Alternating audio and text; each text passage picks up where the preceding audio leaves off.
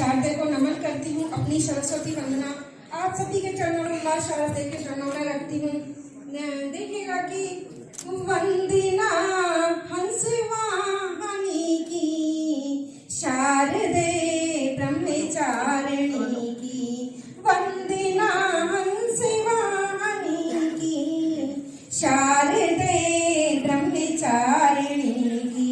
और माँ का स्वरूप आप सभी को पता है कैसा है, मैं वर्णन करती हूँ कि अंग पर श्वेतांबरी सोहे, दिवस माँ पंचम अति मोहे, हमारे विमल भावी होवे, मुकुट सिर सुर्ण अति सोहे, महामाया रमा वैष्णवी भवा, सरस्वती नमा पुनेश्वरी वरदायिनी की, वंदना हंस वाहनी की। हाथ में माला वेद वीणा, तिमिर से मुझे बचाना माँ, मुझे सुर कंठ ताली देना, सभा में मान मेरा रखना, मोहिनी मूरत चंद्र सी सूरत, चराचर जगत वागेश्वरी विश्वा वाहनी की, वंदना हंस वाहनी की। सभा में मान मेरा, वासी हो जिव्या पर तेरा, करो माँ शब्द सजन मेरा, हो मैया निर्मल मन मेरा, माउर में विमल वास तेरा, पतित पावनी मधुर भाषणी, ज्ञान दायनी कृपा हो वीणा पाणी की, वंदना हंस वाहनी की। कला सुर ज्ञान दायनी माँ, तेरी नित करूँ आरती माँ, अंजलि को ऐसा वर दो माँ, कंठ में स्वयं विराजो माँ, नवल उत्थान माँ वेद पुराण दो, सुर का ज्ञान उपनिषद वेद बखानी की, वंदना हंस वाहनी की। सभी को जय माँ शारदे, बहुत बहुत धन्यवाद। हाँ चलिए, और अभी आप लोगों के काम की चीजें मैं कराने वाला हूँ लास्ट के 15 मिनट, ठीक है? हाँ, जो सबसे लास्ट देखो मूवी का जो मेन कॉन्सेप्ट होता है सबसे लास्ट मूवी समझ में आती है। अब मैं आपको बता रहा हूँ कैसे होगा। चलिए ताली बजाते रहिए, थोड़ा बाकी लोगों का भी सम्मान हो जाए, कोई भी छूटे ना, ठीक है? बजाते रहिए, रुकिए नहीं, हाँ रुकिए नहीं, सभी का सम्मान। तो भी सम्मान करना, तो अपने माता जी और पिताजी से बोलूंगा वो मंच पे आए और अपना सम्मान मेरे मन में जो उनके प्रति है मैं वो दे रहा हूँ, जल्दी से आए। और आप सभी लोगों को मैं बता दूं कि हमेशा बच्चों माँ बाप के दिल को कभी ठेस मत पहुंचाना, क्योंकि माँ बाप हम हमारे जीवन में भगवान से बढ़ गए हैं। भगवान की पूजा करो, अच्छा ना करो, माँ बाप की जरूर करना, और माँ बाप का सम्मान सबसे सर्वोपरि रखना। आप बच्चों से मैं ये प्रार्थना करता हूँ कि जरूर अपने मम्मी पापा का सम्मान करेंगे, ये हमारे लिए बहुत ही गौरव की बात है। और मैं आपको ये दिखाना बस चाहता था कि नहीं, आपको भी आगे जीवन में करना है ऐसा। आपके भी जब रिजल्ट आए तो आपके माँ बाप को लोग तारीफ करें और लोग कहें कि देखो बच्चा हो तो शर्मा जी जैसा, वर्मा जी जैसा, लोग आपका एग्जाम्पल सेट करें। पढ़ाई में मन लगाओगे कि नहीं लगाओगे? बोलो, अरे बड़ी आवाज में आई, फिर से बोलो। बहुत बढ़िया, बहुत बढ़िया मेरे बच्चे, तुम मुझे हमेशा ऐसे प्राउड फील कराते रहना। चलिए, बहुत बहुत धन्यवाद आप लोगों का। माँ बाप के रूप में आप लोगों का आशीर्वाद हमेशा मिलता रहे और हमेशा आप हमारे काम में सहयोग करते रहें। आगे उज्जवल भाई का भी बड़ा सहयोग रहा है। उज्जवल भाई आप आए और युवाओं के लिए ये प्रेरणा स्रोत है। बहुत इन्होंने अपना युवाओं के लिए काम किया। नशा मुक्ति केंद्र में इनका बहुत योगदान रहा। और हमारे जो आजकल की नेता जो शब्द है वो किसी भी क्षेत्र में हो सकता है। ये इनके प्रेरणा सूत्र से लगभग 10,000 युवाओं ने नशा को छोड़ा। तो जरूर तालियां बजा उठा ताकि इनको भी इनके कार्य क्षेत्र में सफलता मिले, भगवान को सफलता दे। स्वागत करूंगा मंच पे आए और अपना सम्मान ग्रहण करें। सर के सहयोग बेटा ताली बजाते रहो, हाँ हंसेंगे मिलके, मैं अभी कविताएं सुनाएंगी, हंसा जाएगा सब लोग। मुझे हंसना भी जरूरी है, हंसते भी रहिएगा। आंसर कोई बच रहा हो अब जो छूट रहे होंगे भैया सर आप आ जाइए सर, आ जाइए सर आप भी आ जाओ सर। ये सोफे वाले लोग सभी लोग आप लोग आजादी हैं, आइए और अपना सम्मान लेते रहें प्लीज। बेटा ताली सबके लिए बजाना है, देखो जीवन में सम्मान सबके लिए होना चाहिए, ठीक है। जीवन में हर सभी का सम्मान करना है आपको, और ये छोटी छोटी बातें आपको मेरी जीवन के कुछ दिनों बाद याद आएंगी कि पवन सर ऐसा कहते थे। और हमेशा इमोशन के साथ काम करना है, ठीक है। बहुत प्रोफेशनल नहीं बनना है, बहुत इमोशनल होकर काम करोगे तो सफलता मिलेगी। सर के सम्मान में आप सभी तालियां बजाते रहे, और बहुत बहुत यहाँ पे आया हुआ हर एक बच्चा भी सम्मानित है मेरे लिए, क्योंकि उस बच्चे ने अपना समय दिया है। ताली बजाते हुए बेटा देखो भैया बजा रहे हैं, यहाँ से लोगों का पढ़ना सपना होता है। वहां से हमारे रितेश सर ने MCA किया हुआ है और आज हमारे साथ मैथ टीचर के रूप में जुड़े हुए हैं, तो इनका भी सम्मान करना हमारा पूरा हक है और हमें करना है। और अब मैं आप लोगों को ग्रेटर नोएडा के एक ऐसे टीचर से मिलाना चाहता हूँ जिनसे आप SST पढ़वा लो, इंग्लिश पढ़वा लो, मैथ पढ़वा लो। उस टीचर का नाम है मिस्टर रविंदर शर्मा। देखिए बच्चों की तालियां बजा रही है, बच्चों की तालियां बजा रही है, इस वक्त में कितनी गहराई है। ये जो हमारे भाई हैं, ये जब भी जहाँ रहते हैं बच्चे इनके लिए ऐसे ही ताली बजाते हैं। एक बार और ताली।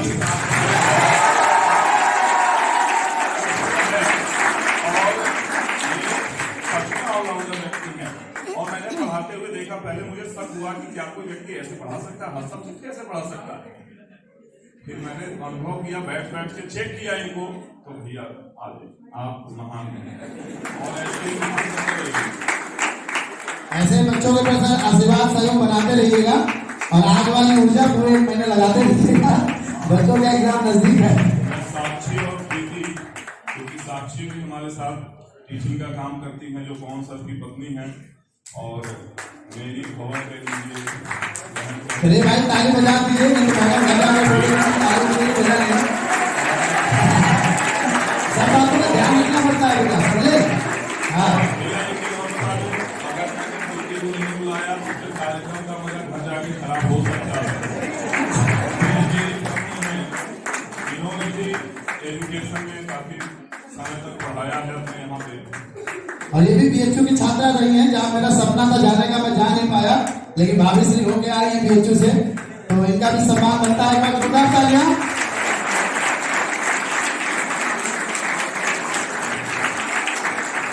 हमारे साथ नवनीत सर भी हैं ऑक्सफोर्ड से, सर आप भी आए और अपना सम्मान ग्रहण करें।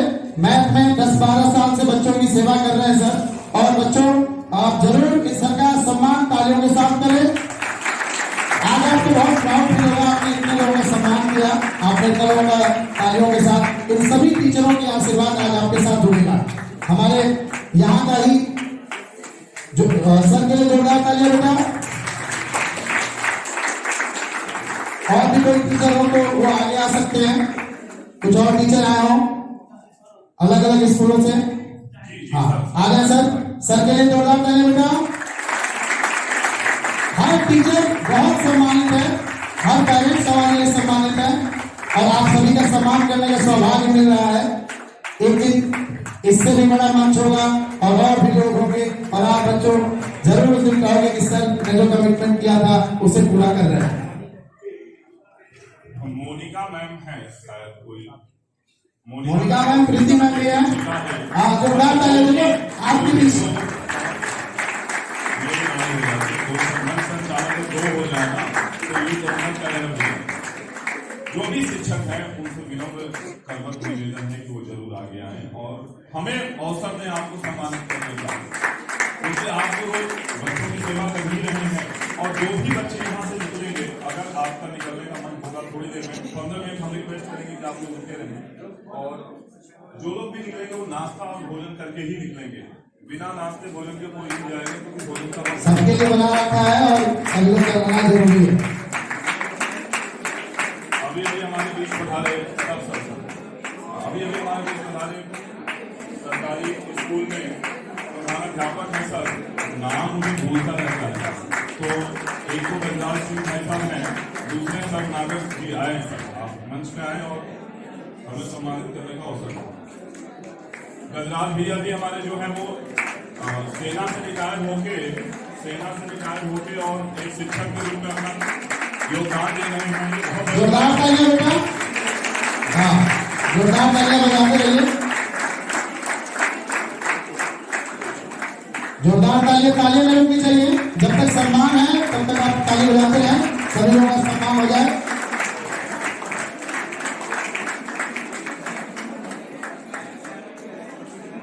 चलिए, इस चीज को हम यहीं पर रोकते हैं। हमें लगता है कि सभी शिक्षक ठीक है, हाँ वो आप अपने लिए करिए।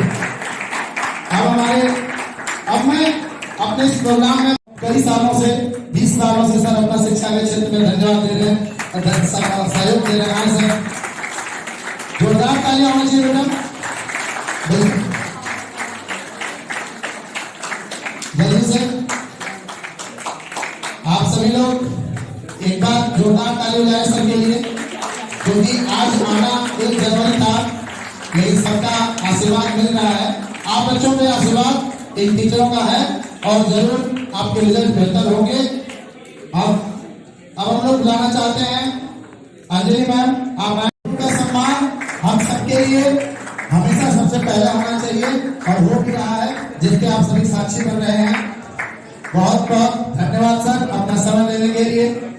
अब हम बुला तो आपको ये गुजारिश है कि टीवी पे और मोबाइल पे, लैपटॉप पे वर्चुअल गेम्स को आप भूल जाएं। आप पढ़ाई के टाइम और वैसे भी आप आदत नहीं डालें इन गेम खेलने की। आप शिक्षक की बात के ऊपर ध्यान दें, बोर्ड के ऊपर ध्यान दें कि बोर्ड पे क्या आपको पढ़ाया गया है, क्या लिखाया गया है, उसमें ध्यान दें। अपनी जीवन में सब जो आपके साथी हैं उसे सीखें कि वो किस तरह से पढ़ाई करते हैं, किस तरह सीखते हैं। आपका एक्स्ट्रा जो पढ़ाई होती है, जो कोचिंग होता है, बहुत फायदेमंद होता है, क्योंकि इसमें जैसे एक लेक्चर होता है, फन का ट्यूटोरियल होते हैं या भी ट्यूटोरियल शुरू हुए हैं जो इंजीनियरिंग कॉलेज में सभी में ट्यूटोरियल होते हैं, उसमें कम बच्चे रहते हैं। इसी तरह जो आपका कोचिंग होता है उसमें कम बच्चे रहते हैं, तो आपका पढ़ाई में ध्यान ज़्यादा जाता है। आज जैसे डार्ट में बच्चे होंगे 60 होंगे 70 होंगे, उसमें ध्यान नहीं होता इतना कि आप बच्चे 20 हों या 30 हों 15 हो, तो उसमें बच्चे का ज़्यादा ध्यान आकर्षण होता है। तो कोचिंग इस महीने में अच्छी रहती है, क्लासेज होती है, क्योंकि इसमें कम बच्चे होते हैं और जो टीचर के ऊपर ज़्यादा ध्यान रहता है। छोटे कम विद्यार्थियों में ज़्यादा विद्यार्थियों का ध्यान इधर बढ़ जाता है और ध्यान केंद्रित न होता है। तो इस तरह से आप जो कोचिंग क्लासेज अपनी पढ़ाई रेगुलर पढ़ाई के साथ साथ अटेंड करें, जिससे कि आपका ध्यान ज़्यादा। और कोचिंग में एक सब्जेक्ट के ऊपर जो टीचर आपको पढ़ाता है उसके ऊपर आपका ध्यान केंद्रित होता है। बोर्ड पे ध्यान होता है, आप लिखते रहते हैं, उसकी पढ़ाई होती है। आजकल जो है इंसाइक्लोपीडिया के ऊपर ज़्यादा ध्यान दिया जाता है, मोबाइल में जो लेक्चर दिए रहते हैं उन पर ध्यान ज़्यादा जाता है। किताब बहुत कम पढ़ते हैं, तो आप अवश्य किताब पढ़ें और लिख के पढ़ें। उससे क्या होगा कि आपका राइटिंग अच्छा होगा और आप एग्ज़ाम में जो रिटन में आप अच्छा कर पाएंगे। बच्चे जो उसमें मोबाइल में पढ़ते हैं उससे सीखते हैं और उससे आपका से जो लिखाई की आदत है वो छूट जाती है। आप लिख के पढ़ेंगे तो आपका स्पीड ज़्यादा होगी, क्योंकि बच्चों के आपको होते हुए क्वेश्चन को जानते हुए भी लिख नहीं पाते हैं, आपका टाइम नहीं बचता है, तो उसमें आप जब लिख के पढ़ेंगे तो उससे स्पीड ज़्यादा होगी और जल्दी क्वेश्चन कंप्लीट कर पाएंगे। एग्जामिनेशन में आप एक क्वेश्चन के ऊपर बहुत ज़्यादा ध्यान नहीं दें, आप सभी क्वेश्चन को अटेम्प्ट करें। आप देखेंगे कि सभी में मार्क्स ज़्यादा आएंगे यदि आप सब क्वेश्चन करेंगे। आप एक क्वेश्चन ही अटेंड करेंगे तो आपका ध्यान जितने मार्क्स इसमें एक में या 2 क्वेश्चन के आंसर में मिलेंगे, आप यदि सभी क्वेश्चन अटेंड करेंगे तो आपको अवश्य ही ये ज़्यादा मार्क्स आएंगे आपके। तो आप सभी क्वेश्चनों का आंसर लिखें, वहाँ पर छोड़ के नहीं आए, और पिछले 15 मिनट आप अवश्य उसका अपने जो भी आंसर आपने एग्जामिनेशन में लिखे हुए हैं उनका रिवीजन करें। एग्जाम में बहुत गलतियाँ हो जाती हैं और रिवीजन का टाइम नहीं बचता है। रिवीजन आपके एग्जामिनेशन में जो क्वेश्चन को करने का क्या लिखा है, आपने ठीक लिखा है, गलत लिखा है, क्या मिस्टेक की है, वो ध्यान देता है। आजकल नेगेटिव मार्किंग का बहुत रिवाज चल गया है, क्योंकि मल्टीपल टाइप के क्वेश्चन में नेगेटिव मार्किंग होता है। आपके डिफरेंट जो ट्रेनिंग लेने के बाद में इंटर के बाद में और में डिफरेंट एग्जामिनेशन में बैठेंगे और उसमें मल्टीपल टाइप के क्वेश्चन आते हैं, तो आप उसका ठीक आंसर दें, कम से कम नेगेटिव आंसरों का ध्यान नहीं दें। और यूपीएससी में जैसे कि IAS IPS का क्वेश्चन एग्जामिनेशन आजकल देख रहे हैं, उसमें बच्चे और सब ध्यान ऐसे क्वेश्चन किए जाते हैं कि नेगेटिव मार्किंग जो है बहुत नुकसान देता है। इसे ज़्यादा से ज़्यादा ध्यान दें, अपनी पढ़ाई के ऊपर ध्यान दें। और ये जो क्लासेज हैं ये अपने बहुत ही अच्छी हैं, और यहाँ पर डिफरेंट टाइप की कोचिंग दी जाती हैं, और हमारे 9वीं 10वीं और 11वीं 12वीं के बच्चों के लिए बहुत ही उपयोगी है। इस पर ध्यान दें और अपनी पढ़ाई की इन्हीं शब्दों के साथ हम आपको बहुत बहुत धन्यवाद है आपकी, इसको जरूर बनाए रखें। लेकिन मेरा आपसे इतना अनुरोध जरूर है, जब आप जहां पर हैं वहां पर आपकी अधिक प्रतिशत के रूप में आप मौजूद रहें। आप एक अच्छे श्रोता अगर बनेंगे तो उससे आपका ज्यादा विकास होगा। आपने देखा होगा कि जो लोग ज्यादा बोलते रहते हैं वो अपने अंदर से वही बातें बोलते रहते हैं जो उनको ज्ञान है, लेकिन जब हम सुनते हैं तो हमें ज्ञान भरता है। पेरेंट्सों से आपको ढेरों चीजें मिलेंगी, बहुत सारी चीजें मिलेंगी, लेकिन एक चीज आपको खुद पैदा करनी होगी, उसको दुनिया की कोई भी ताकत आपको नहीं देगी। चाहे आपके पेरेंट्स कितने भी अमीर हैं, गरीब हैं, बुद्धिजीवी हैं, वो आपको नहीं देंगे, वो आपको खुद पैदा करेंगे। वो है आपका सेल्फ कॉन्फिडेंस। और ये जब तक आपको नहीं आएगा, चिंतन और मनन की भी काफी बातें हुई, इन सबको आपको कहीं ना कहीं समझना होगा। और जब आप एक धारणा बना लेंगे किसी भी लक्ष्य को पाने की, तो मुझे नहीं लगता कि कोई भी लक्ष्य बड़ा हो सकता है। मैं हर चीज को बच्चों के अंदर ही रहता हूं, कक्षा 12 तक, तो मैं देख पाता हूं कि बहुत सारे बच्चों में बहुत ढेर सारी ऊर्जाएं होती हैं, लेकिन एक चीज ना होने के कारण वो उनके काम नहीं आ पाती है। उसे मैं आदतों के निर्माण के रूप में देखता हूं।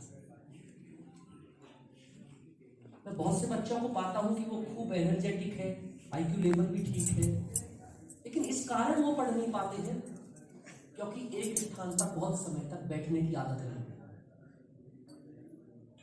एक अच्छी स्टडी करने के लिए 7 घंटे 8 घंटे स्टडी करने के लिए आप तब कर पाएंगे जब 6, 7, 8 घंटे आपको बैठने की आदत हो जाएगी। तो आदतों के निर्माण आपके जीवन में कैसे बन जाएंगे, उस आधार पर भी आपका जीवन तय होता है। एक महान पुरुष, एक चोर, कवि, अगर आप कहीं ना कहीं इनके पीछे बहुत पीछे जाएंगे तो कुछ ऐसी आदतों के निर्माण होते हुए चले आते हैं जिनके कारण वो डेवलप हो जाते हैं। तो जीवन में अच्छी अच्छी आदतों का निर्माण आप ढालिए ताकि आप उस लक्ष्य की प्राप्ति की तरफ जा पाए। एक मेरी और अपील है, पेरेंट्स भी बैठे हैं यहाँ पर, सब बैठे हुए हैं। हम बच्चों से अपेक्षाएं रखते हैं, हर क्षेत्र में रखते हैं, रखनी भी चाहिए, बहुत जरूरी है, क्योंकि समाज के ढांचे को सुव्यवस्थित करने के लिए, चलाने के लिए वो सारी शक्तियां हैं सभी, डॉक्टर, इंजीनियर, इसको आप देखें ये तब याद आते हैं जब हमें उस समय होता है। तो इनके साथ साथ एक उनसे और जरूर अच्छी अपील करें कि आप इस स्पोर्ट के साथ एक अच्छे इंसान भी बने।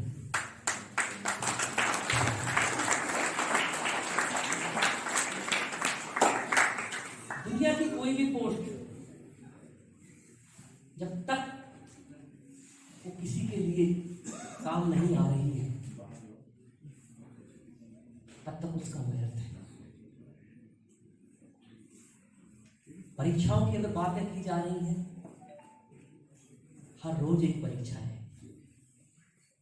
आदतों में डाल लीजिए ना। इस वक्त बैठे हुए आज ये परीक्षा थी कि बिल्कुल ध्यान से सुनना है। जो जिस वक्त हम कार्य कर रहे हैं वो उस वक्त की सबसे बड़ी परीक्षा होती है। आप हर उस परीक्षा को ध्यान के साथ, और ध्यान को बहुत ज्यादा दूर तक समझने की जरूरत नहीं है। अगर मैं बच्चों से बात करूं तो जब आप एक गेम खेलते हैं ना मोबाइल में, तो कितना ध्यान आपका होता है ये किसी से पूछने की जरूरत नहीं होता है ना। कभी कभी तो पीछे से एक साइड से लगाकर जगाना होता है। यही ध्यान आपको हर क्षेत्र में जब ले आएंगे, अपने आप आपको ध्यान की वैल्यू भी समझ में आएगी। बहुत ही सुंदर कार्यक्रम है, जरूर होने चाहिए शिक्षा के ऊपर। अधिक से अधिक लोग भी आने चाहिए, बच्चे आने चाहिए। और आप भी एक बात है और मैं छोटी सी कहूंगा, जो भी कक्षा 10 और 12 की बोर्ड परीक्षाएं देने जा रहे हैं, अभी तक आपने क्या किया है ये भी एक साइड को हटा दीजिए। अभी भी इतना समय है आपके पास कि ये 3 माह या 2 माह बनाम 1 साल आपका हो सकता है। बहुत बहुत नए साल की पहले तो बधाई आप लोगों को। और हम लोग हमेशा जो है सामने बैठ के लोगों को सुनना पसंद करते हैं, वो ज़्यादा अच्छा लगता है। मंच पे जो लोग बैठते हैं उनको सुनना अच्छा लगता है। हमारे समझ से बहुत लंबे समय बाद मैं किसी मंच पे बैठ के मतलब सामने खड़ा होकर बोलने जा रहा हूँ। तो मैंने जो एक कवि को सुना था, उनकी बातें आज पहले मैं दोहराना चाहूँगा। वो कवि जो है पहले उन्होंने अपने जब मंच पे आए तो उन्होंने कहा कि जो पीछे जितने छात्र बैठे हैं बहुत लोग गांव देहात के भी होंगे, तो वो जो गन्ने के रस को पीते हैं, तो जो वो गन्ने के रस को कोल्हू से निकाला जाता है, तो 2-3 बार निकालने के बाद चौथी बार आप जब निकालना चाहो तो वो नहीं निकलता, उसमें से कोई रस नहीं निकलता। हरिओम पवार जी से मैं सही हूँ? आप मैडम बात सही कह रही थी। तो मैं अगर सही हूँ तो बच्चे बताएंगे कि क्या 3-4 बार निकालने के बाद उसमें से कुछ रस निकलता है कि नहीं निकलता? बिल्कुल नहीं निकलता। तो यहाँ पे वो जो ज्ञान के सागर बैठे हुए हैं, इतनी बातें कह चुके हैं, जब मेरे पास कहने के लिए कोई चीज नहीं बचा, मैं वो कहना चाह रहा था। तो जो यहाँ पे बात हो रही थी परीक्षा की, परीक्षा मतलब होता है पर की इच्छा, दूसरे की इच्छा, आपकी इच्छा नहीं होती है उसमें। तो वो दूसरा आदमी क्या आपको कहना चुनना चाहता है, क्या पूछना चाहता है आपसे। तो ये जो माहौल बना हुआ है, मैं मतलब बेसिकली ये कहना चाह रहा था कि बहुत तनाव लेके किसी को कोई चीज नहीं करनी चाहिए। बच्चे जो बैठे हुए मैं उनके चेहरे पे देख रहा था, तनाव इतना ज्यादा है कि एग्जाम की डेट शीट आ चुकी है। कभी भी कोई चीज़ तनाव लेके नहीं करनी चाहिए। आप लोगों में से मैं एक चीज़ जानना चाहूँगा, ऐसे कितने बच्चे हैं जो परीक्षा से डरते हैं? ये तो बहुत अच्छी बात लगी कि 2 ही 3 बच्चों ने हाथ उठाया जो परीक्षा से डरते हैं। तो बच्चे, आप लोगों की परीक्षा साल में 2 या 3 बार 4 बार होती होगी? बच्चों से पूछना चाह रहा था, 2 बार 3 बार 4 बार परीक्षा देते होंगे कि और इससे भी ज्यादा देते होंगे आप? 8 बार 10 बार 10 बार। मैं जिस पेशे से जुड़ा हूँ, पत्रकारिता के पेशे से, उस पेशे में हम लोग रोज परीक्षा देते हैं। बिल्कुल। हर दिन खबरों को करते हैं और हर दिन उसका अगले दिन उसका सुबह सुबह परिणाम आ जाता है। परिणाम लोगों की नाराजगी के रूप में भी आता है, परिणाम लोगों के जो है अच्छे काम के रूप में भी आता है।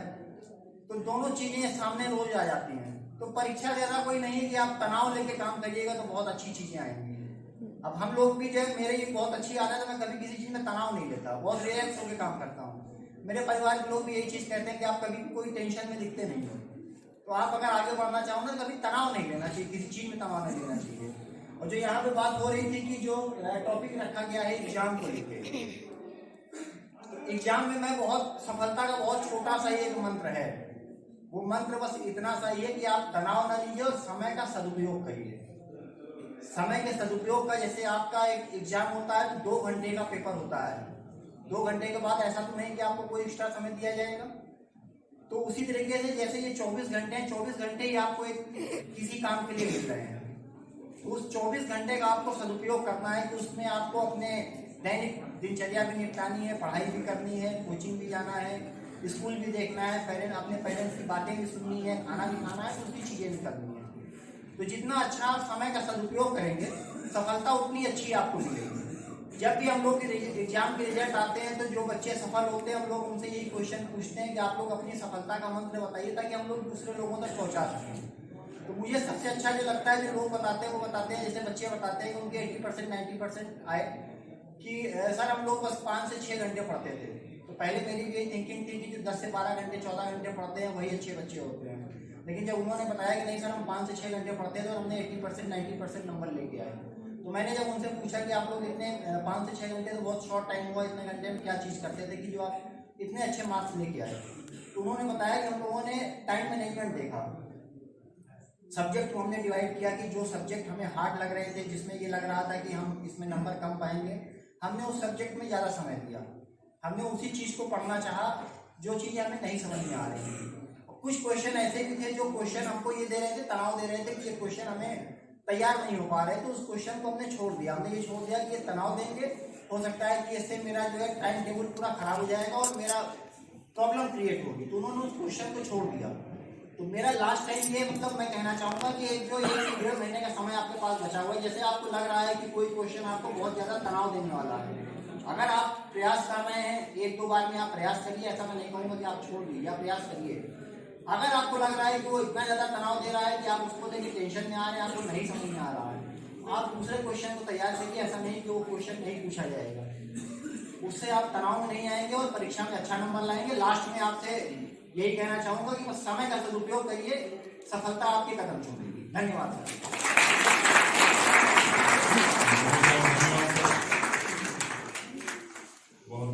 नाउ चॉइस इज योर कि आप भविष्य में हल्का आदमी बन के रहना चाहते हैं या वो बनना चाहते हैं जिसको दुनिया सुने। हिटलर हो या कोई भी हो, आप जिसको नेता मानते हो, वो पैदा नेता नहीं हुआ था, पैदा आप ही की तरह हुआ था, आप ही की तरह पैदा हुआ था, आप ही के जैसा उसका आम बचपन था। ऐसा नहीं कि पैदा होते ही कोई बहुत बड़ा शासक या कोई बहुत बड़ा नेता बन गया था, लेकिन उसके कर्म ऐसे थे कि उसने दुनिया की पटल पे अपना नाम अंकित कर दिया। फिर वो क्या भगत सिंह और क्या आज के प्रधानमंत्री नरेंद्र मोदी। बहुत लोग आस्था नहीं रखते होंगे, मैं उस बात पर नहीं जाऊंगा, लेकिन मानना तो पड़ेगा कि वह व्यक्ति हमारे प्रधानमंत्री हैं और रहेंगे। या नाम तो अटल हो गया ना, उसमें तो कोई शक नहीं है।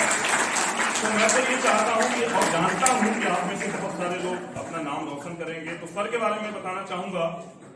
आज पहला तो कोई एंकर नहीं मिल रहा था पहली तारीख को, कल स्कूल में पार्टी हुई थी, कॉलेज में कोई नहीं मिला, तो मैंने कहा कोई बात नहीं, अपनी टूटी फूटी भाषा में हम ही करेंगे, क्या दिक्कत है। तो सर के बारे में बताऊं, सर जो है वाइस चांसलर कुलपति,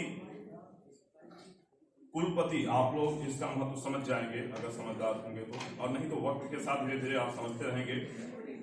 चौधरी चरण सिंह यूनिवर्सिटी जो आपके वर्तमान में बहुत बड़ी यूनिवर्सिटी है, इधर के सभी कॉलेजों को इधर के कॉलेजों को एफिलिएशन देने का काम सर के माध्यम से हुआ है। दूसरा, दिल्ली पब्लिक सर्विस कमीशन, बहुत सारे लोगों के पेरेंट्स दिल्ली में काम करते होंगे, दिल्ली पब्लिक सर्विस कमीशन में भी सर ने 2 साल एज ए चेयरमैन काम किया और उस अपने कार्यकाल में इन्होंने लगभग 13 लाख नौकरियां सृजन किया, नौकरियां पैदा की, वैकेंसीज लाए और तब वहां लोगों की नौकरी लगी। आज के टाइम में रोजगार सृजन सबसे बड़ी समस्या है, तो ये जो महानुभाव हमारे बीच में बैठे हैं, इन आदरणीय ने 13 लाख नौकरियां की, ये आपको कहीं भी देखने को मिल जाएगा। और भी बहुत सारे हैं, नेशनल इंटरनेशनल अवार्ड से सर जो है सम्मानित हैं और कई सारे कॉलेजों में वीसी के रूप में काम कर चुके हैं। तो मैं अब ज्यादा वक्त नहीं लूंगा और सर को आमंत्रित करता हूं एक बार फिर से जोरदार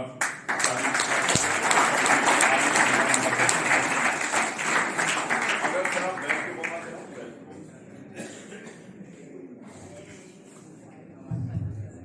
आदरणीय के मैनेजमेंट के सभी सदस्य, आवाज आ रही है आप लोगों को? आदरणीय मंच पर बैठे हुए सभी साथियों एवं विद्यार्थियों एवं पेरेंट्स, आपके नए साल की शुभकामनाओं की आपको बहुत ही आशीर्वाद। आप में से बहुत ही काफ़ी पेरेंट्स बैठे हुए हैं।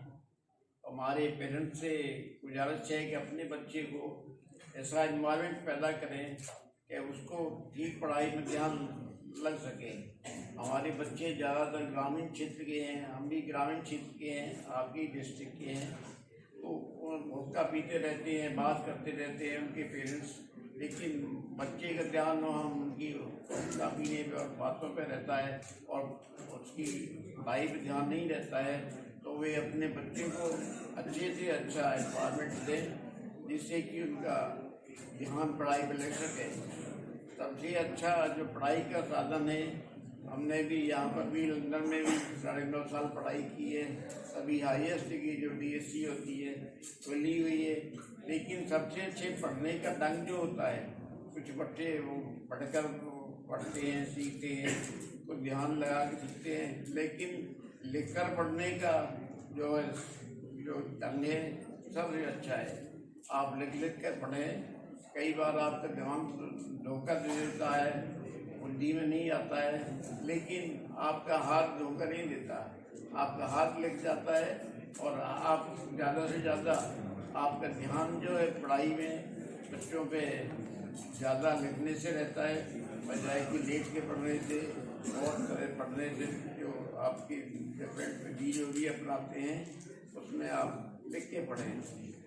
और सबसे अच्छा यदि आपके संस्कार अच्छे हैं, आपके अच्छे संस्कार हैं, तो आपको निश्चय ही अच्छी पढ़ाई होगी।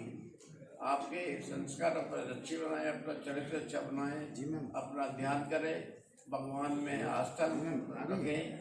वो एक बहुत बड़ी देन होती है, वो पढ़ाई का साधन होता है।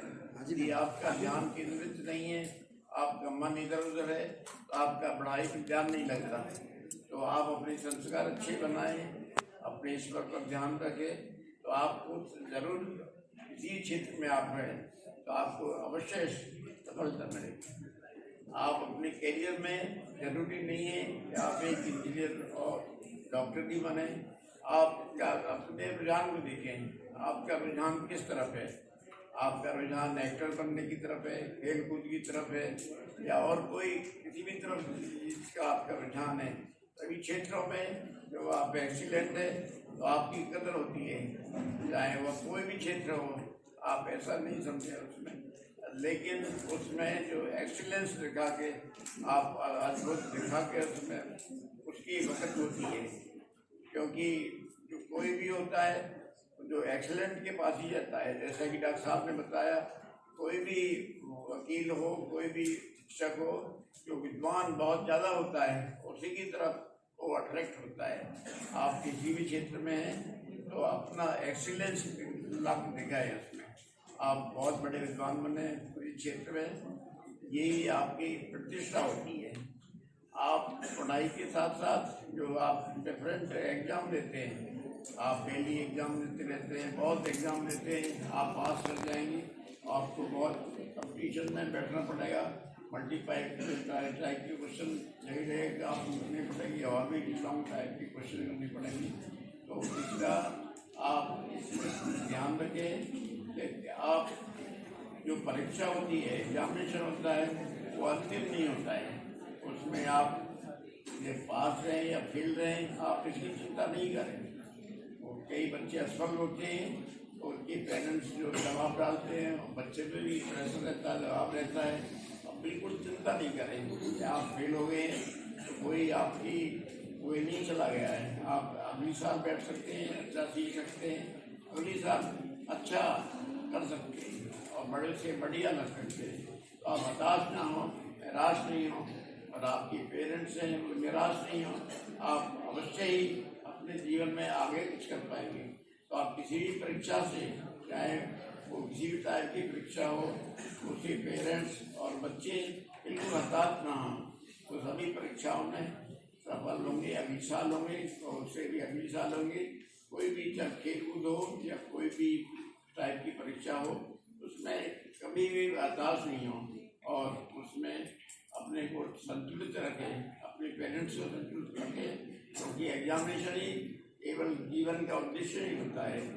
लाइफ में बहुत ही उद्देश्य होते हैं। आप एक चीज में असफल हो जाते हैं, दूसरी चीज में सफल हो जाते हैं। तो आप एग्जाम से नहीं डरें, आप संतुलित रहें।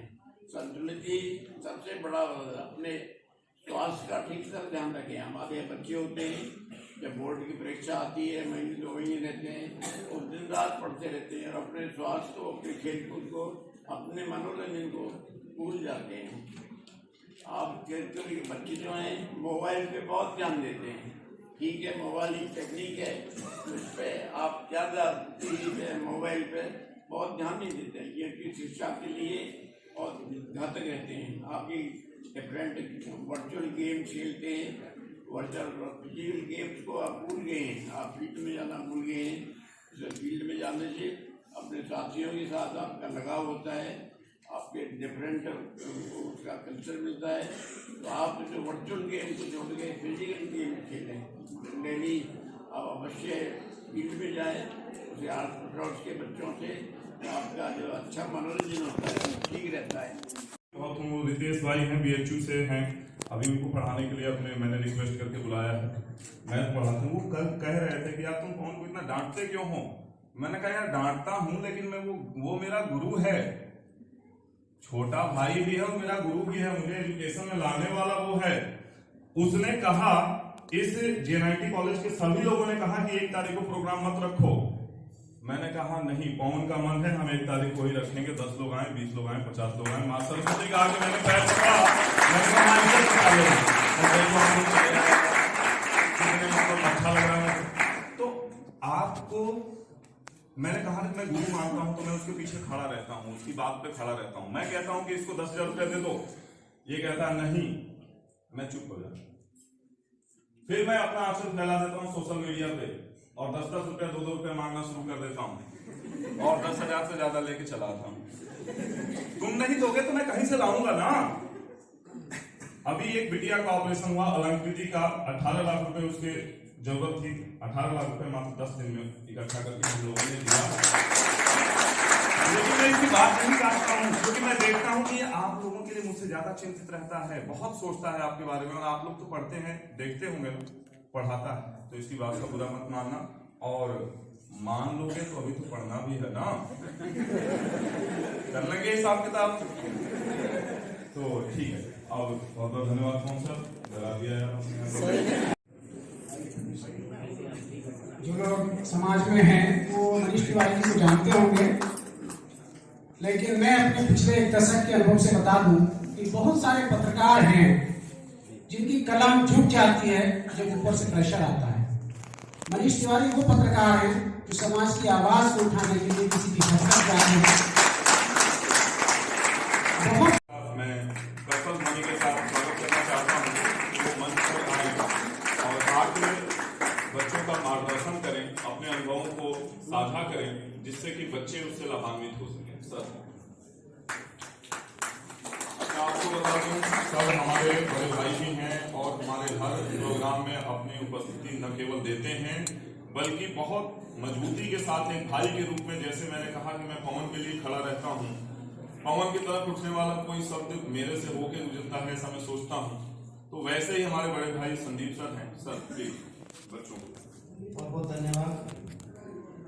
सबसे पहले मैं मंच पर मंचासीन मेरे सभी सम्मानित साथी हैं, आदरणीय प्रोफेसर साहब, चौधरी साहब और ऑक्सफोर्ड ग्रुप के चेयरमैन ऑक्सफोर्ड ग्रुप के चेयरमैन राकेश जी, भाई तिवारी जी, अंजलि मैडम और विनय झा सर और बहुत सारे सम्मानित साथी यहाँ बैठे हुए हैं। सबसे पहले तो मैं ग्रुप क्लास का धन्यवाद देना चाहूँगा कि उन्होंने आज इतने शुभ अवसर पर ये कार्य किया।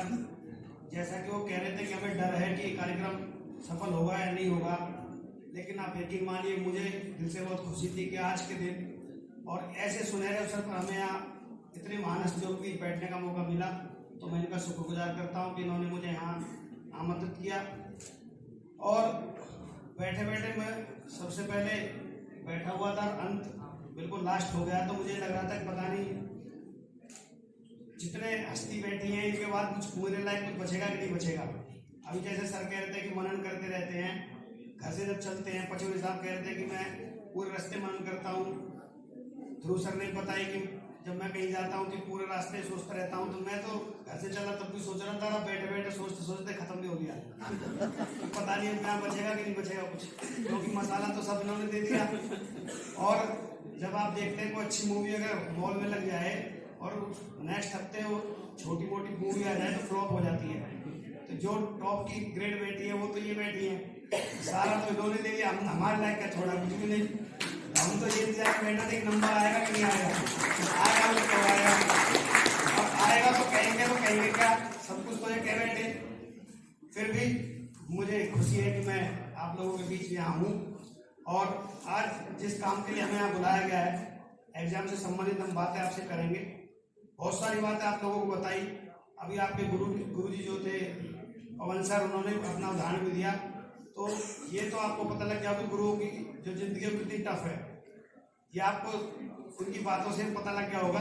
ये सभी के साथ होता है, ये उन्हीं के साथ नहीं है, मोस्टली जो लोग इस पेशे से जुड़े हुए हैं। और ये पेशा हम भगवान का शुक्रिया अदा करते हैं कि उन्होंने हमें इस पेशे में लाए, हम इस पेशे में हैं और हमें एक दायित्व दिया, क्योंकि हमारा जो दायित्व है माँ बाप से बड़ा दायित्व है। माँ बाप अपना बच्चा हमें दे देते हैं और सब कुछ हमें सौंप देते हैं, और ये छोड़कर सौंपते हैं कि सब कुछ अब आप ही करेंगे, और ये बहुत बड़ा हमें जिम्मेदारी मिलती है, तो हमें भी उसका निर्वहन वैसे ही करना चाहिए। प्यारे बच्चों, थोड़ा सा समय दूंगा, ज़्यादा नहीं। आप ये जो आपने बीच में काम चालू कर दिया, ये भी डिस्टर्बेंस ही है। अभी ध्यान की बात चल रही थी, सर कह रहे थे सर स्टार्टिंग में सबसे पहले ध्यान की बात आई थी कि ध्यान कहाँ केंद्रित होता है, और अक्सर आप जीवन में कितना अच्छा कर रहे हो वो बहुत देरी में जाएगा, सामने आएगा, और आपसे कोई गलती हो जाए, चूक हो जाए, सबसे पहले उभर के आती है। और इसी प्रकार आपका जो जीवन है, जो शिक्षा क्षेत्र में आप जुड़े हो, आप शिक्षा ग्रहण कर रहे हैं इस समय, तो शिक्षा ग्रहण करते हुए आपको बहुत सारे व्यवधान पैदा होंगे, बहुत सारी परेशानियां आएंगी। मोबाइल के फायदे बताए, उसके नुकसान भी हैं, फायदे भी हैं, तो हमें सब चीज़ों को छोड़ते हुए हमें तो सिर्फ ये ध्यान रखना है कि हमारे काम की चीज़ क्या है, हमें कहाँ से पॉजिटिव चीज़ मिल सकती है, हमें उस पर गौर करना है। और एग्जाम से संबंधित बातें मैं आपको बता दूं कि आप बहुत ज़्यादा न पढ़ें, जितना पढ़ें वो पूरा पढ़ें, क्योंकि हर कचरा ज्ञान हमेशा नुकसान देता है। आप सोचेंगे कि मैं पूरी किताब पढ़ लूँगा, आप टॉपिक के हिसाब से आप उस चैप्टर को जो मेन टॉपिक है उसको इंडिकेट करें, अपने टीचर से कंसल्ट करें, कहीं कोई दिक्कत आती है उनसे पूछें। इन दिनों ज़्यादातर सभी का कोर्स कंप्लीट हो गया होगा, तो आप उस कोर्स को ये करें कि आपके पास सैंपल पेपर होते हैं, आप रोज सैंपल में सॉल्व करें और उसमें टाइम नोट कर लें कि उसमें टाइम कितना मैं ले रहा हूँ और कैसे कैसे क्वेश्चन को सॉल्व करना है। सबसे पहले आप पूरे पेपर में थ्रू आउट घूम जाएं, क्वेश्चन पेपर को आप अच्छे से पढ़ें और पढ़ने के बाद उसमें ये इंडिकेट करें कि सबसे अच्छा आपको आता क्या है, मुझे अटेम्प्ट क्या करना है। और जब आप उसको अटेम्प्ट करते हैं तो बहुत अच्छे से सुंदर तरीके से राइटिंग में आप उसको लिखें, क्योंकि सुंदर अगर आप लिखेंगे तो और जो टीचर होता है चेकिंग करने वाला उसको इंप्रेशन अच्छा जाता है। तो आप उसको करें और उसकी तैयारी भी आपको बता दी कैसे करनी है। आप छोटे छोटे टॉपिक लें, उसको डाइजेस्ट करें, उसको अच्छे से पढ़ें और अगर कहीं परेशानी आती है तो आपके जो मेंटर्स हैं, जो टीचर्स हैं, आप उनसे कंसल्ट करें, वो आपको हेल्प करेंगे। उसके बाद आप अपना एक टाइम टेबल सेट कर लें कि मुझे कितने समय पढ़ना है। ये जरूरी नहीं कि आप बहुत ज़्यादा पढ़ें, लेकिन जितने देर भी पढ़ें, अगर आपको घंटे भर पढ़ना है तो आप घंटे भर में पढ़ाई करें और कुछ ना करें। रजाई में सोना सबको अच्छा लगता है। अगर सब ये सोचे कि ना जी मुझे भी आनंद लेना है, मुझे घूमने भी जाना है और रजाई का आनंद भी लेना है, तो आनंद तभी आप ले सकते हैं जब आप कुछ करेंगे। ये नहीं कि आपको मुफ्त में कोई चीज़ मिल जाएगी, उसके लिए आपको संघर्ष करना पड़ेगा। एक बिटिया भी पूछ रही थी, सवाल किया था उसने कि जी हमारे पास बहुत सारे रास्ते हैं, उसको कैसे चुनें। अगर आपने अब तक भी टारगेट सेट नहीं किया तो फिर आप बेकार हैं, क्योंकि इस समय तक आपको एक टारगेट सेट कर लाना चाहिए था। और टारगेट सेट करने के बाद आप उसको ये नहीं कि आपने सेट कर लिया कि मुझे काम करना है और मेहनत न करें। सेट करने के बाद उससे कहीं ज़्यादा आपको परिश्रम करना पड़ेगा। आपका एम होना चाहिए, आपको ये पता होना चाहिए कि मुझे करना क्या है। और पेरेंट्स से मेरी अपील है कि आप उन्हें फ्री छोड़ दें। आप ये बात देना करें कि नहीं मेरा बेटा तो डॉक्टर ही बनेगा या मेरा बेटा इंजीनियर बनेगा, ऐसा नहीं है। प्रोफेशन आप कोई भी देख लें, सभी अपने आप में अब मायने रखते हैं और उससे ज़्यादा मायने रखता है कि आप उस फील्ड में कहाँ तक गए हैं। आप ये ठीक है आप टीचर बन गए, लेकिन आप टीचर किस ग्रेड के हैं ये मायने रखता है। आप कवि हैं तो किस ग्रेड के हैं, आप प्रोफेसर हैं तो किस ग्रेड के हैं। आप क्रीमी लेयर में जाना पसंद करें, नीचे तो आप देखिए नीचे बहुत गलत है, आप उनको छोड़ दीजिए। आप अपना टारगेट सेट करो और ऊंचे पद पे जाने का प्रयास करो। ऊंचे पद से मतलब ये नहीं कि नहीं आपको आज मुझे तो चीफ इंजीनियर बनना है या किसी बहुत ऊंचे पद पे जाना है। मैं कहने का मतलब सिर्फ इतना है कि जिस चीज को भी आप लें, आप उसमें अंत तक जाए जहां तक उसका अंत है। और अगर टारगेट आपने सेट कर लिया और उसके पीछे लगे हुए हैं, अभी पचौरी साहब कह रहे थे कि मैंने टारगेट सेट कर रखा है, तो ये हर किसी के बस की नहीं है कि पहले टारगेट सेट कर ले, उसको अनाउंस भी कर दे और उसके पीछे लग जाए कि मुझे करना ही करना है। ये आप भी कर सकते हैं, ये ऐसा नहीं कि आप नहीं कर सकते। समय आपके पास बहुत है। कुछ कहते हैं कि अब समय कितना रहेगा, पूरी साल तो हमने पढ़ी, लेकिन ऐसा नहीं है।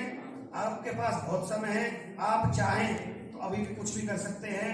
ये समय आपका सबसे क्रूशियल है। अब से पहले आपने क्या किया वो भूल जाइए, अब आप आगे क्या करें उस पर फोकस करो, उस पर ध्यान दो।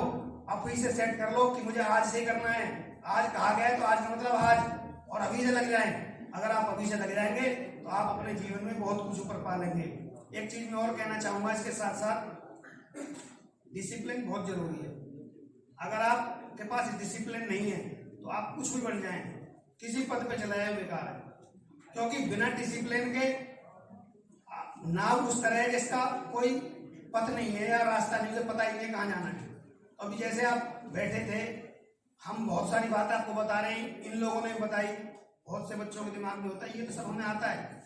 ये जो बातें बताई जाए तो हमें पता है, ये सबको पता भी होता है, लेकिन हमारा कर्तव्य है बार बार बताना, उसको रिपीट करना।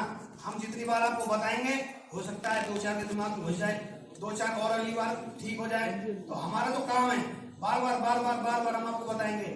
ये आपके ऊपर है कि आप उसे कितना जल्दी ग्रहण कर लें। ग्रहण तो करना पड़ेगा, नहीं तो फिर आप ये बताया कि हुक एंड प्रूफ दोनों तरीके हैं।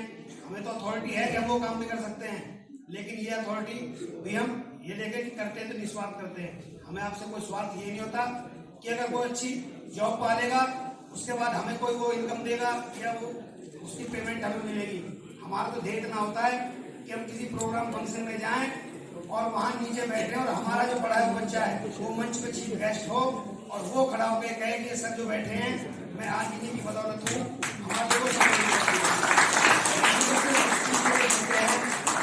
कहते हैं कि हम आपको बहुत अच्छा बना देंगे, लेकिन हम ये कहते हैं कि हम आपको इंसान जरूर बना देंगे और इंसान ही आपको बढ़ के रहना है। जितना झुक के चलोगे उतना ऊपर जाओगे। और इन्हीं बातों के साथ मैं अपनी वाणी को विराम दूंगा। आप सभी को एक बार पुनः बधाई। भगवान से प्रार्थना करता हूँ कि ये जो साल आपकी गई है इससे अच्छी ये साल आपकी आए और आप सभी खुशी खुशी जीवन जिए। एक छोटी सी चीज और रह गई, एग्जाम के दौरान बहुत सारी चीजें आप गौर करते हैं कि ये भी पढ़ लूँ, ये भी कर लूँ, वो कर लूँ, लेकिन हेल्थ पे कोई ध्यान नहीं देता। आपको हेल्थ का भी ध्यान रखना है। अगर एग्जाम के दौरान आप बीमार हो गए, आपको कोई परेशानी हो गई, आपको चोट लग गई, हाथ टूट गया, पैर टूट गया, ये बहुत सारी चीजें होती हैं।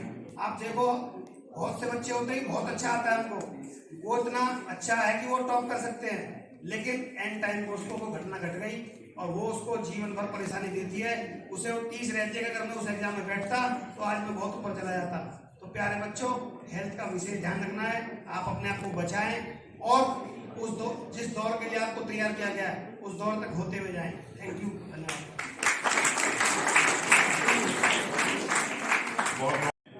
अगर हम उनका उचित सम्मान नहीं कर पाए तो ये भी इस कार्यक्रम की असफलता होगी। तो उन सभी का सम्मान पवन सर एक एक करके बुलाते जाएंगे और हमारे आदरणीय डॉक्टर रमेश चंद्रा सर से निवेदन करेंगे कि वो सभी शिक्षकों का सम्मान करेंगे और इनको आशीर्वाद भी देंगे कि ये भी आप ही की तरह किसी कॉलेज के, किसी यूनिवर्सिटी के कुलपति बने। और जैसा संदीप सर ने कहा, always you have to try to get excel in your field. जो भी आप कर रहे हो उसमें ऊंचाई को प्राप्त करना ही आपका एकमात्र लक्ष्य होना चाहिए। As a teacher what I realized when I started teaching, when first year of my teaching I felt that there is need of book. Whenever I am teaching there are some points which are lagging and that's why I have to see those points from book. And believe me, at the end of the day, what I decided that either I will quit to teach or I will refuse to take books while teaching. और ऐसा करने में मुझे 1 साल का वक्त लगा।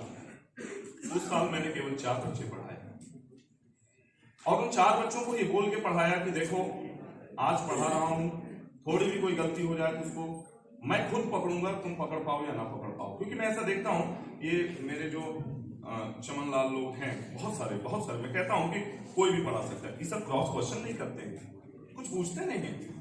आप 2+2 5 बोल के जाएंगे, भाई सब ये कहेंगे ठीक ही बोला होगा, क्योंकि इनका दिमाग कहीं और लगा है। इनका दिमाग लगा है वो ऐसा मुंह बनाना, क्या बोलते हैं उसको, पाउच बोलते हैं, नहीं जानते तो नहीं है, लेकिन बोलना नहीं चाहते थे।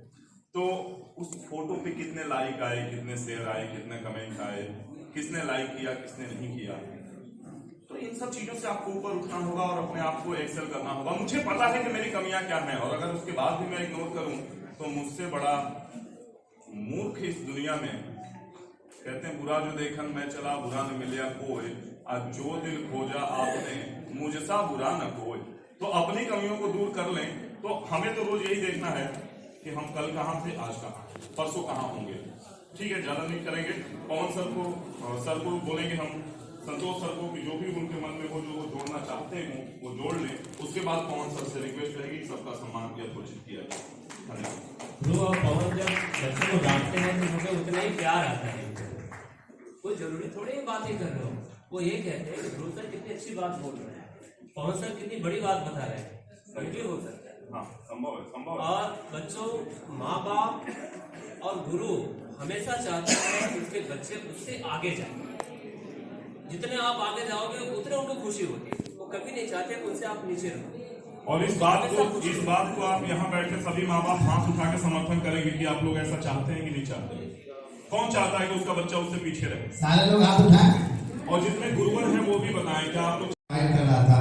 तो आप सभी मेरे से बड़े भी हैं और मेरे लिए पूजनीय हैं और आप ये जो हमारा प्रोग्राम है इसमें आपने पूरा समय दिया, इसके लिए आप सभी को मैं दिल से प्रणाम करता हूँ। आशीर्वाद आपका हमेशा बना रहे, क्योंकि ये तो शुरुआत है, और ये बहुत प्रोग्राम है। और बच्चों, हमेशा क्या होता है कि जैसे पेरेंट्स आते हैं तो मैं बोलता हूँ कि पीटीएम हमेशा आप मेरे पास रिजल्ट आने से पहले आया करो, रिजल्ट आने के बाद नहीं। आज हम एग्जाम टिप्स दे रहे हैं, तो ये टॉपर्स हैं सर, ये जो बच्चे बैठे हैं, जो पेरेंट्स हैं, यही बच्चे टॉपर हैं। और जुलाई जब रिजल्ट आएगा तो हमारा एक प्रोग्राम होगा बड़ा ही भव्य, और उसमें माननीय ऊर्जा मंत्री यूपी सरकार AK शर्मा जी हमारे चीफ गेस्ट होंगे। आज मैंने कमिटमेंट कर दिया तो वो आएंगे जरूर, और वो रिटायर्ड IAS भी हैं। और आज से अब मेरा हमेशा, मेरे जो चीफ गेस्ट हैं ये पढ़ाने वाले लोग हैं। अब मैंने चीफ गेस्ट हमेशा मेरे अब ऐसे लोग रहेंगे जो अपना शिक्षा के क्षेत्र में योगदान भी दिए हों और जिनसे बच्चे सीखे। तो जितने भी हमारे लोग यहाँ पे आए हुए हैं, मैं एक एक करके आप सभी लोगों को मैंने बुलाया है। तो आप सभी का सम्मान, और लोगों को पता चलना चाहिए कि आप के बारे में और भी लोग जाने। सबसे पहले हम लक्ष्मी मैम का सम्मान करना चाहते हैं। आप मैम लक्ष्मी मैम आए, और हमारे चीफ गेस्ट से गुजारिश है कि सर आप लोग हमारे लक्ष्मी मैम को सम्मानित करें। और लक्ष्मी मैम लगभग 30 से 40 बच्चों को निःशुल्क शिक्षा देती हैं। आज ये हमारे समाज के लिए मिसाल बनी है। सारे बच्चे जोरदार तालियां बजाकर स्वागत करें। जिन बच्चों के पास फीस की व्यवस्था नहीं है, जिनके पास ट्यूशन नहीं है, उनके लिए इनका समाज में योगदान बहुत ही सराहनीय है। और हम जितनी भी प्रशंसा करें उतनी कम है। ऐसे लोगों की प्रशंसा नहीं करते, ऐसे लोगों की मदद करते हैं और इनका साथ देते हैं। तो मेरे बच्चों, जोरदार तालियां फिर से का, क्योंकि इनका सम्मान हमारी सबसे पहली नैतिक जिम्मेदारी है। इन्हें हौसला देगा कि ये जो कर रहे हैं उनके पीछे हम लोग जैसे लोग भी खड़े हैं, उनके सम्मान में। अब हमारे सामने इस प्रोग्राम में उमा पब्लिक स्कूल से आए हैं नरेंद्र सर, आप आए और अपना सम्मान ले। और नरेंद्र सर के साथ सर आए हुए हैं, वो भी आप आइए प्लीज। बेटा ताली बजाते रहो। गुरु के सम्मान। सोचना है अपने लिए अकेले बैठ के कि मुझे इनमें से क्या अच्छा लगता है। ऑप्शंस आपके पास आजकल ऑनलाइन भी अवेलेबल हैं, और जो टीचर्स आपके अभिभावक या आपके कजिन्स आसपास के लोग आपको बताते हैं, स्वयं से पूछना है उसके बाद, सुनना है सबको, श्रवण करना है, पूछना है अपने मन से कि मुझे इनमें से सबसे ज्यादा खुशी किससे मिली। खुशी का मतलब किस चीज को मैं 100% करूंगी तो मुझे अच्छा लगेगा। अगर मुझे डांस करके सबसे अच्छा लगेगा तो क्या मैं इसको एज ए प्रोफेशन ले सकती हूँ? या मैं लॉयर बनूंगी तो मुझे लॉयर बन के अच्छा लगेगा? क्योंकि ऐसा कोई काम जो लोग कह रहे हैं कर लो, और 10 साल बाद तुम इस प्रोफेशन में जाके बोलो कि मैं सेटिस्फाइड नहीं, तो क्या पीछे जा पाओगे? नहीं। कोई काम और प्रोफेशन छोटा या बड़ा नहीं होता। जिसमें तुम परफेक्ट हो वो तुम्हारे लिए बेस्ट, वो दूसरे के लिए बेस्ट नहीं हो सकता, है ना, क्योंकि तुम यूनिक हो। ठीक है, ऑल द बेस्ट।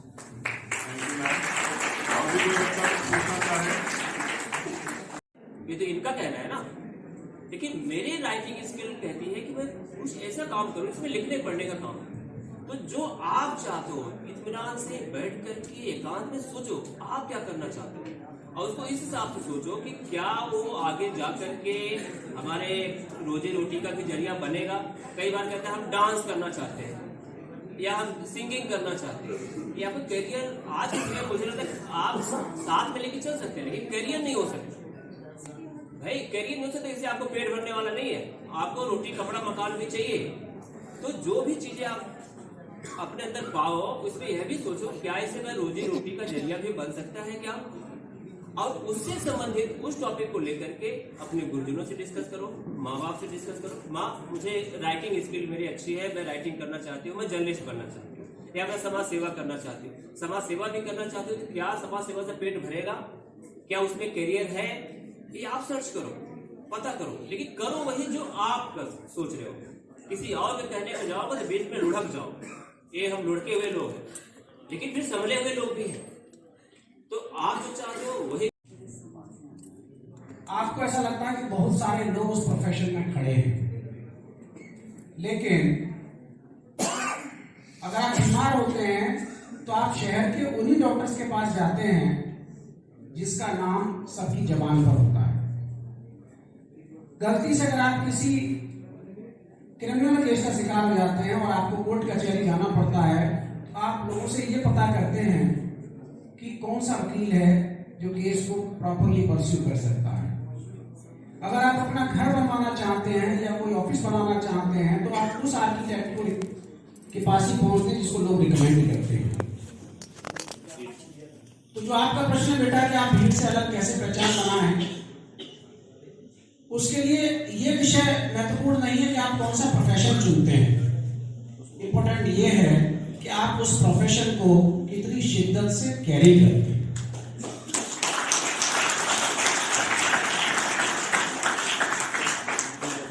मेरा ख्याल है आपको आपका जवाब मिल गया है। Thank you.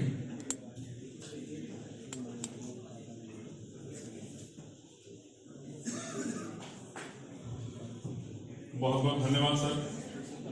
मैं पवन सर से रिक्वेस्ट करूंगा कि आदरणीय दिव्या शर्मा मैम का सम्मान करें बुके देके, और जैसा कि आप लोगों को बता ताली बजा के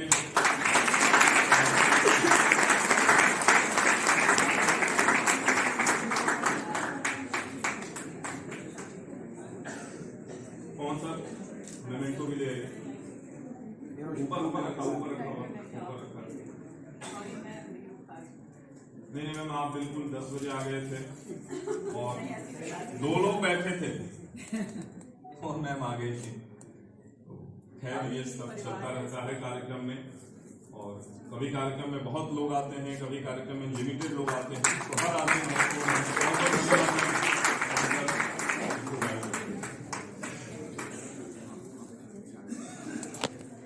जवाब स्वतः मिल जाएगा। Sir please.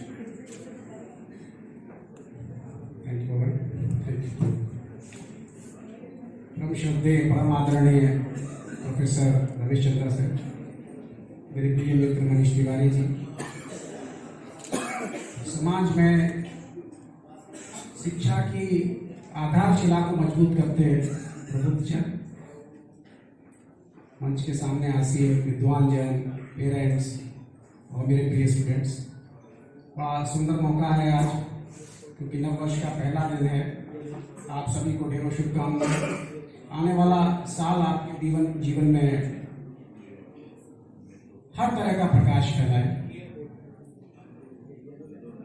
क्योंकि मैं शिक्षा से जुड़ा हूं, तो पहला विचार जो मन में आता है, तो बात शुरू करने से पहले भी यही आता है कि गुरु ब्रह्मा गुरु विष्णु गुरुदेव महेश्वराय गुरु साक्षात परब्रह्म तस्मै श्री गुरुवे नमः। ध्यान मूलम गुरुर्मूर्ति, पूजा मूलम गुरुपदम, मंत्र मूलम गुरुर्वाक्यम, मोक्ष मूलम गुरुकृपा। बच्चों से संवाद करने का जो तरीका मुझे आता है वो कहानियों पर आधारित है। कितने बच्चों को कहानियां सुनना पसंद है? देखिए, हर कहानी के पीछे एक मकसद होता है। अगर आप मकसद कैरी कर गए तो जिंदगी भर कहानियां आपको याद रहेगी और आपको दिशा देती रहेगी। एक राजा थे। राजा की अवस्था 50 से 60 साल के बीच में थी। माता पिता दोनों का ही देहावसान हो चुका था। बहुत ध्यान से सुनिएगा कहानी को। एक दिन राजा अपने राजमहल में टहल रहे थे और टहलते टहलते अपने पिता के कमरे में पहुंच गए।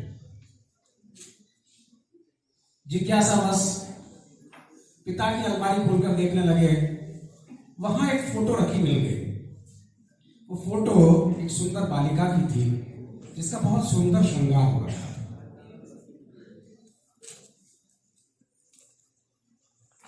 राजा उस फोटो को निहारने लगे और स्वाभाविक प्रश्न मन में आया, इस बालिका का राजमहल से रिश्ता क्या है? क्योंकि ना तो उनकी कोई बहन थी, न कोई ऐसी बेटी थी जिसका वो फोटो हो सकता था। तो राजा इस मनन में बार बार चिंतित होने लगे कि भाई ये फोटो किसका है। जो भी व्यक्ति मिलता सबसे पूछते, सभी दरबारियों से पूछते ये फोटो किसका है, और कोई जवाब नहीं दे पाता था। तो राजा को चिंता होने लगी। इतनी ज्यादा चिंता होने लगी कि मुझे मेरे प्रश्न का उत्तर नहीं मिल रहा है कि राजा बीमार हो गया। धीरे धीरे मरणासन अवस्था में पहुंच गए। उनको एक ही प्रश्न उठाया जा रहा था। वो प्रश्न क्या था? क्या प्रश्न था? फोटो किसकी है? ये कोई समस्या है? Do you find it's a problem? अरे यार नहीं पता चल रहा है तो एक तरफ को जो है, isn't it? It's very common. अरे नहीं समाधान मिल रहा, किसकी फोटो है, रख एक तरफ जो है, होगी पिताजी जानते होंगे, मुझे क्या फर्क पड़ता है इस बात। लेकिन नहीं, राजा के दिमाग में वो एक प्रश्न की तरह छा गया। और जब आप किसी चीज को शिद्दत से खोजने लगते हैं तो जब उसका जवाब नहीं मिलता है तो वो आपकी चिंता में समाहित हो जाता है। दरबारी लोग सब परेशान हो गए क्योंकि राजा मनासन अवस्था में पहुंच गए थे। तो जो एक दरबारी थे वो समझदार थे, उन्होंने कहा हो सकता है बड़े महाराज साहब के जमाने की कोई दरबारी मिल जाए, वो बता पाए। तो राज्य में ढूंढते ढूंढते एक ऐसे मंत्री के पास पहुंचे जो पुराने राजा साहब के जमाने में दरबारी हुआ करते थे। उन्होंने कहा राजा बड़ा परेशान है, हमारा मरने पे आ गया है, उसको एक प्रश्न का उत्तर नहीं मिल रहा है। बोले प्रश्न क्या है? एक फोटो लिए फिरता है कि ये फोटो किसकी है? बोले कल मैं दरबार में आऊंगा तो देखें। वो अगले दिन दरबार में आए, राजा ने फोटो बढ़ाया, फोटो देखते ही जोर से ठाके लगा गया ऐसे। बोले तुम्हारे बचपन की फोटो है, तुम्हारे पिता की ऐसी इच्छा थी कि बेटी होती तो कितना सुंदर होती, तो एक दिन तुम्हारा श्रृंगार करवाया और ये फोटो बनवा ली। इसी को देख के कल्पना कर लेते थे कि मेरी बेटी होती तो इतनी सुंदर होती। इंपॉर्टेंट ये नहीं है कि प्रॉब्लम क्या है, इंपॉर्टेंट ये है कि उसका जवाब देने वाला मौजूद है कि नहीं। अगर प्रश्न का जवाब देने वाला मौजूद है तो प्रश्न मायने नहीं रखता, अगर जवाब देने वाला मौजूद नहीं है तो प्रश्न जो है वो बहुत मायने रखता है।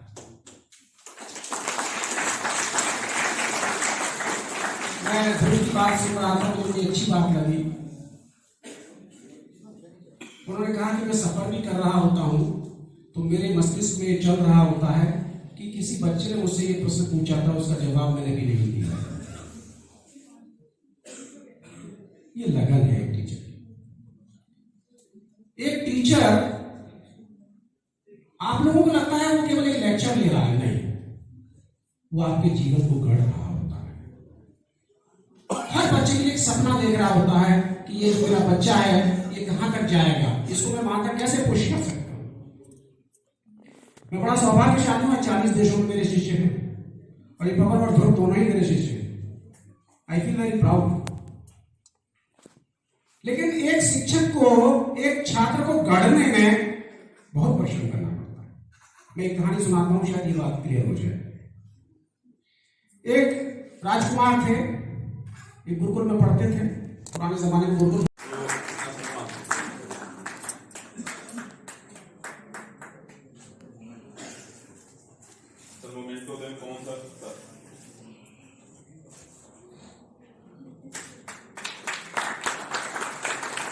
और हम आपके क्षेत्र में बहुत अच्छा काम कर रहा है। अच्छा, शिक्षा के क्षेत्र में जो भी लोग हैं मैं सबका सम्मान करता हूं। मैं इर्रिस्पेक्टिव कि ये कौन सा ब्रांड है, कौन सा स्कूल है, छोटा है, बड़ा है, गांव में है। कल एक शिक्षक को मैं सबको भेज रहा था।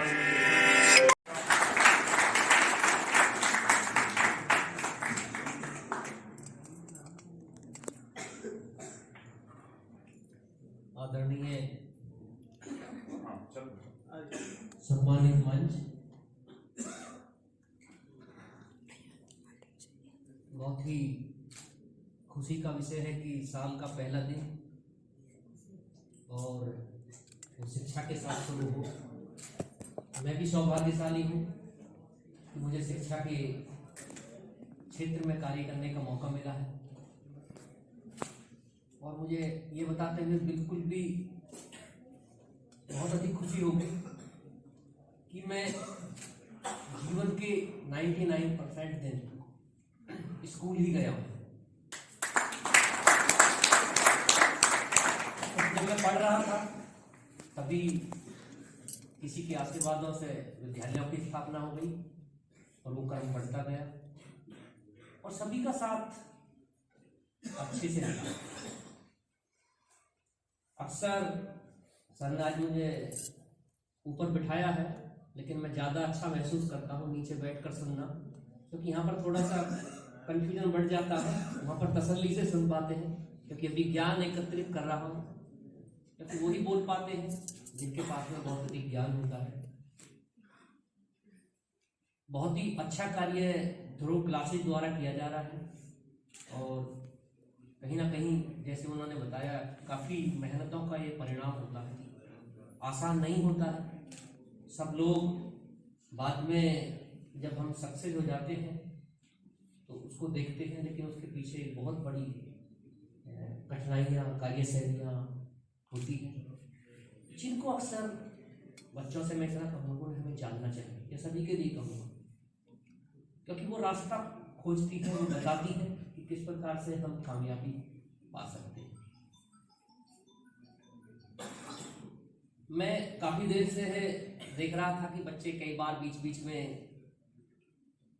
गौर से भी सुनते थे, कई बार वो अपनी बातें भी करना शुरू कर है। इसको बोर्ड क्या है, कितने बच्चे ऐसे हैं जो बोर्ड के नाम से आपके पेरेंट्स या आपके टीचर या आपके रिश्तेदार कहते हैं भाई बोर्ड आ रहे हैं पढ़ लो जग जाओ। कितने बच्चे ऐसे इस बोर्ड को सुन के इंस्पायर होते हैं? कितने बच्चे हैं? हाथ उठाओ। इंस्पिरेशन मिलती है बोर्ड शब्द से।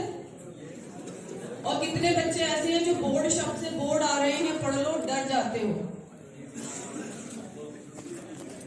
चलो मतलब थोड़ा थोड़ा रेशो है। मेरा ऐसा मानना है कि ये जो शब्द है ये सिर्फ एक शब्द है मेरे लिए, और आपके लिए भी शब्द होना चाहिए, क्योंकि एग्जाम तो एग्जाम ही है।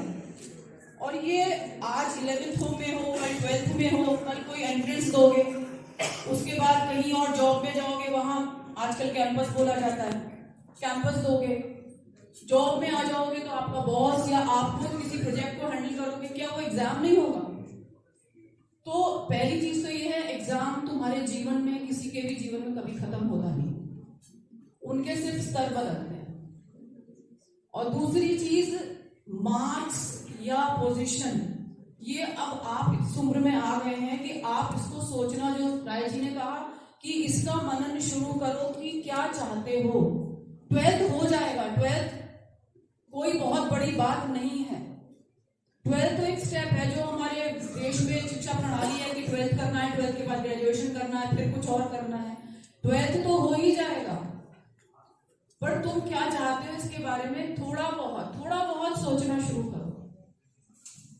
और जितने ये मोबाइल के बारे में सर ने भी बोला कि ये तो बहुत बड़ा एक प्रलोभन है और सबके लिए है, सारे पेरेंट्स के लिए है। तो ये सच है कि हमारे पास, जैसे मैं डॉक्टर हूँ, बच्चे आते हैं, पेरेंट्स आते हैं, छोटे से लेके 13, 14, 15 साल के बच्चे आते हैं कि मैडम फास्ट फूड तो ये बहुत मजे से खाता है, ना ये दूध पीते हैं ना फ्रूट खाते हैं, आप थोड़ा इसको डरा दीजिए। ये मेरा काम नहीं है और ना ये सर का काम है, सिर्फ एक गाइड करना, बेटा ये रास्ता है, इस पर चलना है। आपके घर में बच्चा रहता है, आप उसकी शौक, उनके लिए एक, हम अपने आप को सदैव शिक्षक ही मानेंगे, टीचर ही हैं, तो हम कहते हैं कि सर हम कर रहे हैं, आप भी अपने स्कूल में करिए। उसी तरह के एक स्कूल नारायणा पब्लिक स्कूल की मैम हमारे बीच में हैं, हम नाम नहीं जानता, मैं माफ करिएगा, और सर भी वहीं से हैं, तो सर ने उनका परिचय दिया था। मैं चाहूंगा कि आप लोग ताली बजा के स्वागत करें उनका, और आप सम्मान करते हैं सर प्लीज। इनका स्कूल भी IIT के लिए और मेडिकल के लिए बच्चों को तैयार कर रहा है। ब्रिजेंद्र राणा सर हैं और तृप्ति तिवारी मैम हैं, तो आप लोग आ जाएं सर प्लीज। तो जो भी लोग प्रयास कर रहे हैं, गिरहरी का योगदान जो लोग दे रहे हैं राम सेतु बनाने में, वो सभी महत्वपूर्ण है, वो सभी लोग महत्वपूर्ण हैं। और हमारा भी एक प्रोग्राम चल रहा है जिसमें हम मॉर्निंग बैच में बच्चों को तैयार करते हैं, उनको IIT और मेडिकल के लिए तैयार करते हैं। और यहाँ वो बच्चे बैठे हुए हैं, बहुत कमजोर बच्चों के साथ मैंने जो कर दिखाया है, मुझे गर्व होता है खुद के ऊपर भी और शिक्षकों के ऊपर कि वो जो बच्चे कैलकुलेशन नहीं कर पाते थे, वो बड़े से बड़ा सवाल कर रहे हैं। सब कुछ कहना चाह रहे हैं।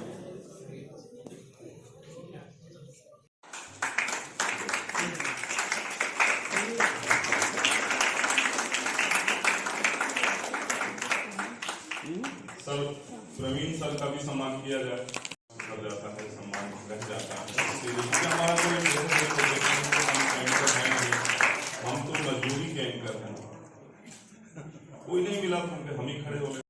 संतोष सर का भी सम्मान किया जाए, जो कि हमारे इतनी दूर से चल के आए हैं। और अब बस एक बात कहूँगा आप सभी से, जो बच्चे बैठे हैं सबको प्रणाम करता हूँ, जो लोग आए। आज हमें इस प्रोग्राम में आने का मौका मिला और यहाँ जो सुना है बहुत अच्छा लगा। जी बहुत बहुत धन्यवाद सर। आप अपने मन में जो भी चल रहा हो वो प्रश्न पूछें, कृपया करके।